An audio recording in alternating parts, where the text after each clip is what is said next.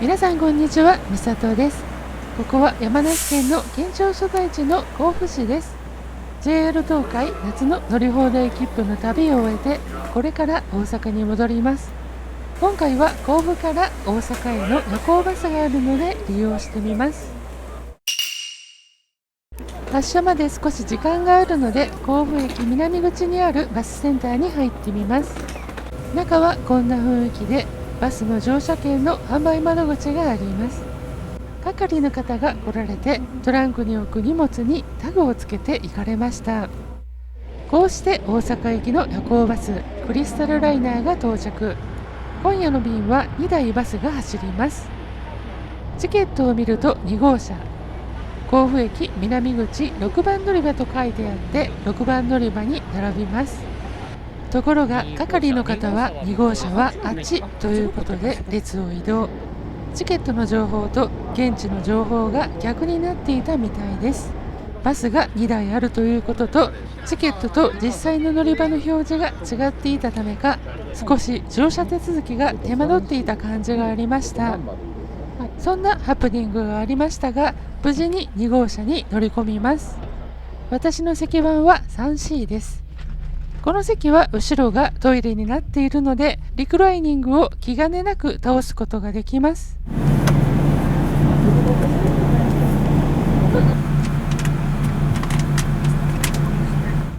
21時30分、甲府駅バスターミナルを発車。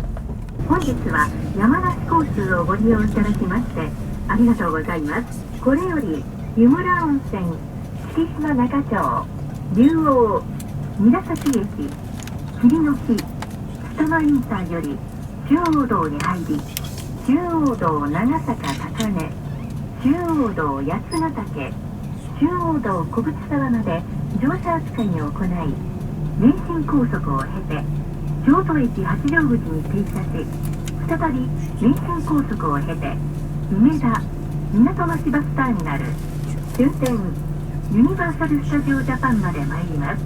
網ポケットに山梨交通の冊子が入っていました。冊子にはバスの時刻の記載もありました。私は港町バスターミナルまでの乗車なので、9時間45分の旅になります。ちなみに甲府駅から港町バスターミナルまで大人9900円でした。今夜のバス停停車はすべて乗車のみなので、停車時に放送はなく、お客さんを拾って淡々とバスは走ります。ここは竜王バス停。 JR 中央本線の竜王駅からは少し離れた場所にあるようです。韮崎駅バス停に停車中です。こちらは駅とついているので駅前のバス停。バスの速度が上がったので高速道路に入ったのでしょう。須玉インターチェンジから中央自動車道に入りました。こちらは中央道長坂高根バスストップに停車中。場所はこの辺りです。中央道小淵沢バスストップに停車。中央本線の小淵沢駅から少し北西方向に離れています。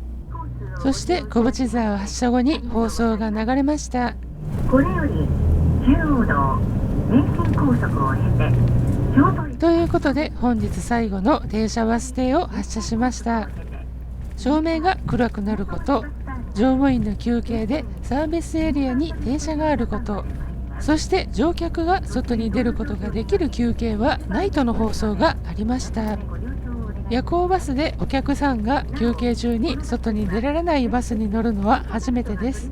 車内にトイレがあるので問題はありませんが、タバコを吸う方は辛いかもしれませんね。そのうち照明が少し暗くなり、足元もこんな感じで暗いです。真っ暗になりました。もう寝ましょう。おやすみなさい。一応寝ましたが、バスが止まると起きてしまいまして、駒ヶ岳サービスエリア、名神高速道路の多賀サービスエリア、黒丸パーキングエリアで乗務員の方の休憩がありました。最後の黒丸パーキングエリアは3時23分ぐらいから5時13分ぐらいまで停車で、ここで仮眠されていたのでしょう。おはようございます。5時55分頃に常夜灯がつきました。すでに高速を降りて国道1号でもう京都市内に入っています。照明が半分つきました。照明もついたので外を少し見ました。西本願寺が見えています。京都駅八丈口停車中です。ここで半分以上のお客さんが下車されました。こうして京都駅八丈口を発車。もう一度車内灯を消すのかと思っていましたが、消灯せずもう一眠りというわけにはいかないようで、でも京都の車窓は見ることができました。これは当時ですね。ちなみに乗客は半分以上、いえほとんどが海外からのお客様でした。朝から国道1号をずっと通っていますが、車窓から京都観光ができているようなルートでした。そして京都南インターチェンジから再び名神高速道路に入ります。このように車内はほとんど席は空きました。車内設備は夜行バスの3列シートでよく見かけるものですが、一応ご紹介します。足元はフットレストにレッグレストがあります。真ん中の席のコンセントはここ。窓側の席は足元の壁にあります。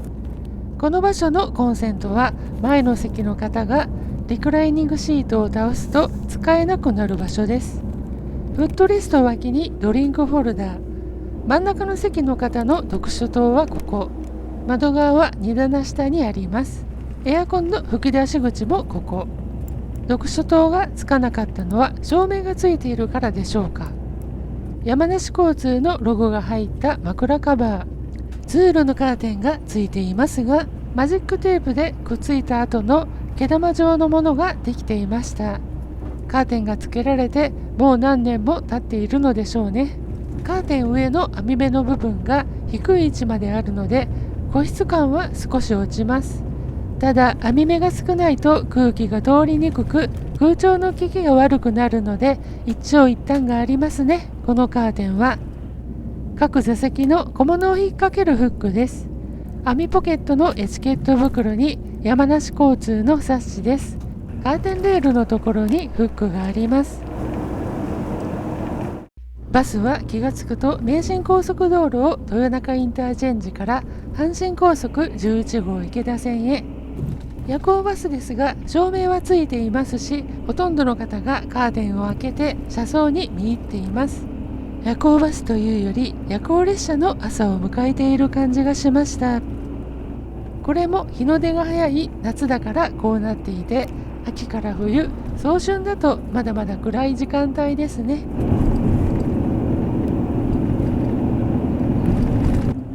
阪神高速1号環状線です。このバスは梅田を通過するのでこのまま難波方面へ向かうのかと思いましたが、気がつくと大阪駅前第4ビル前を通っていました。通過でもバス停前は通るのですね。バスはこのまま朝の御堂筋を走ります。ここは見慣れた近鉄の大阪難波駅付近です。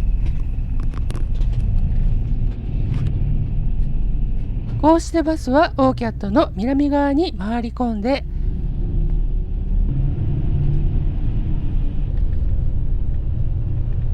港町バスターミナルオーキャットに到着。下車します。トランクに預けていた荷物も無事に回収。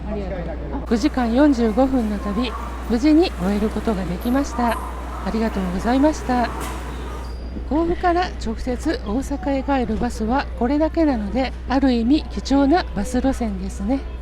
乗客が外に出られる休憩はありませんでしたが、バスにトイレもありますし、開放休憩なしでも不都合なく過ごせました。